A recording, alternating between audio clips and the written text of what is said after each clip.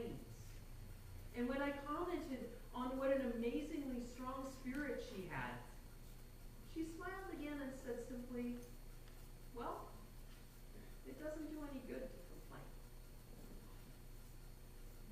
In a similar vein, it never ceases to amaze me when I meet someone who is in dire need of housing or other basic necessities of life, and yet who, in spite of overwhelming obstacles, still possesses an attitude of gratitude.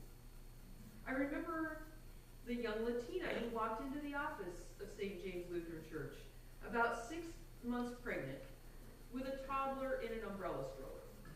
The woman spoke almost no English, so our office staff called up Bob, a member who spoke Spanish, and had him interpret. And Bob told us that the woman was fleeing a domestic violence situation and needed a place to stay. Now, I don't remember what year it was, but I do know it was June 30th. Because as we made phone call after phone call, we were told over and over, sorry, it's the last day of the fiscal year, and we're out of money. A couple places said, have her call back after 5 p.m. We might have a place for her, but we won't know until then.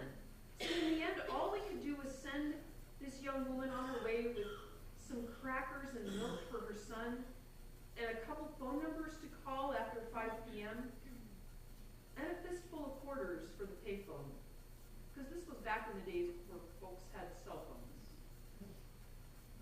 And I felt so badly that we weren't able to do more to help her. And yet as she left, she kept saying, gracias, gracias.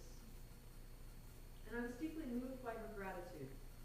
I thought to myself, man, with that kind of attitude, in the face of such hardship, I think she's going to be okay.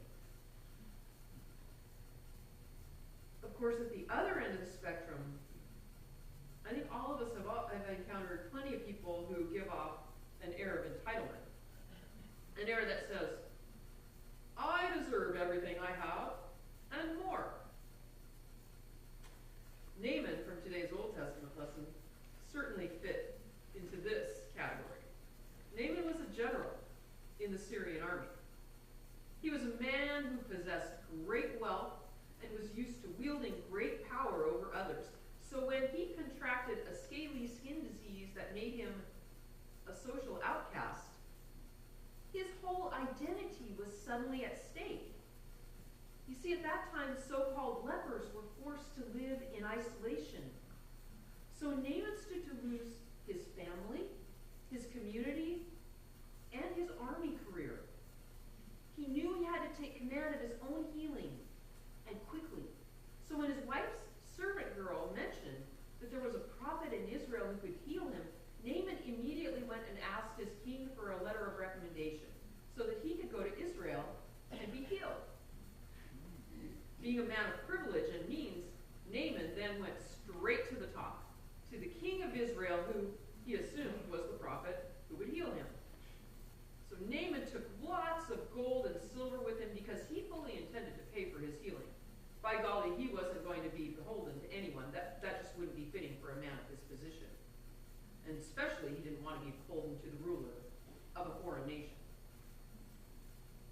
And yet when Naaman stood before the king of Israel with his letter requesting healing, the clueless king flew into a fit of royal paranoia because the king of Israel thought that the Syrian king was trying to set him up to fail in the task of healing so that Syria, known back then as Iran, would have an excuse to attack Israel. Well, at any rate, as soon as Naaman learned that it was Elisha who was the prophet that he was looking for, Naaman set out for Elisha's house to get healed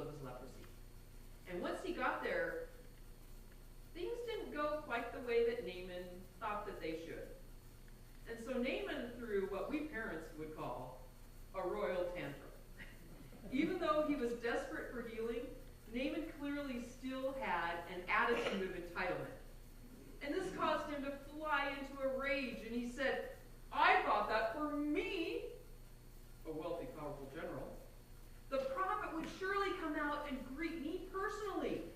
Not only did he snub me, he also insulted me by commanding me to go bathe 7 times in that mud hole they call the Jordan River.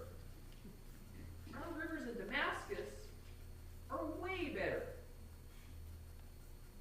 And yet somehow the voices of Naaman's servants managed to break through their master's pride and convince him to at least try bathing in the Jordan. After all, he really didn't have anything else left to lose. So Naaman set aside his pride and immersed himself 7 times in the Jordan. And he was healed, just as the prophet had promised. Dear sisters and brothers in Christ, somewhere in between those folks who radiate gratitude and those who ooze entitlement are a whole bunch of us who are kind of grumpy at times, but who also know what it is to be truly grateful. We want to do better at living out of a sense of gratitude, but when we're exhausted and stretched in a whole bunch of different directions by the challenges life throws at us, it can be really hard to feel grateful. I feel like such a loser, Susan from Seattle confessed to me across the breakfast table last Sunday morning after the other St. Olaf parents who were staying at our bed and breakfast had gone. Susan went on to explain tearfully, everyone else here are lawyers and other professionals, and you're a pastor, and all I do is stay home and take care of elderly relatives with dementia. I was taken aback, and I blurted out, you're not a loser. Your job is really hard, and it's really important. I think your job is the most important of all, and I admire you for doing it.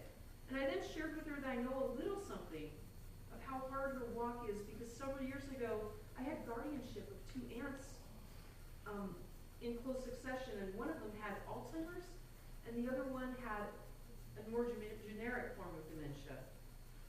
At any rate, Susan went on to say that it was really hard for her to let her daughter, her only child, go off to Minnesota for college. And she said, I love my husband, but my daughter has been my greatest source of joy in the midst of all this. And she then confessed through teary eyes that she had come out to Minnesota halfway hoping that her daughter would want to go home and wouldn't like it there. Yet she discovered that Abby is quite happy at St. Olaf College and has become fast friends with her roommate. So Susan is trying really hard to be grateful. She is grateful for the scholarship money that enabled Abby to attend St. Olaf, and she's trying really hard to be happy that Abby likes it there, even though she herself is grieving. And before I left the table, I told Susan about the caregiver classes that Shanti offers here at Beautiful Savior, and I commented on what a wonderful ministry this is and how grateful people are for Shanti's help and encouragement. I was hoping to plant a seed to encourage Susan to take care of herself, and as I said goodbye then, I told her that I would be praying for her. It's hard to be grateful when life is hard. Sisters and brothers, you and I know this, that it's not always easy to live out of a sense of gratitude, and yet we also know that some people are better at this than others. And we've seen, I think, the amazing difference that an attitude of gratitude can make in a person's